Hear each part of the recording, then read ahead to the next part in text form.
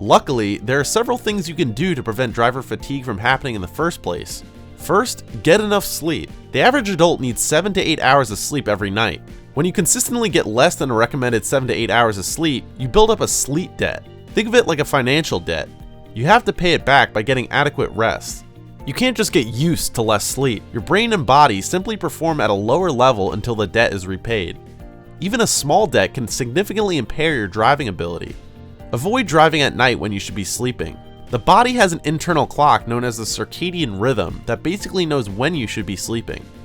When this internal clock is out of sync with the environment, it can lead to sleep issues like fatigue. Obviously, this is especially dangerous when driving. When possible, start trips, especially long ones, as early in the day as possible to avoid driving at night. Avoid driving alone whenever possible. Take turns driving with someone else every 2 hours, and try to keep the amount of driving done in one day to a reasonable distance. Driving from Maine to Florida? Break it up into a several-day trip. Eat a light meal before the trip and take snacks to eat along the way. Contrary to what you may think, limit the amount of caffeine you consume before the drive.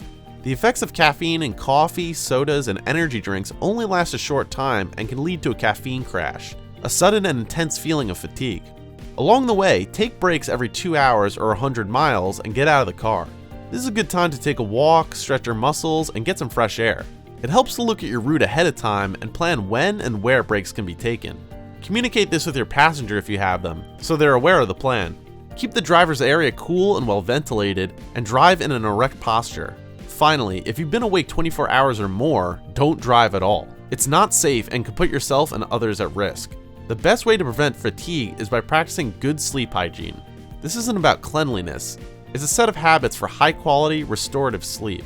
Good sleep hygiene includes a solid routine, going to bed and waking up around the same time each day, the right environment, keeping your bedroom dark, quiet, and cool, and powering down by avoiding screens for at least 30 minutes before bed, as the blue light can disrupt sleep patterns.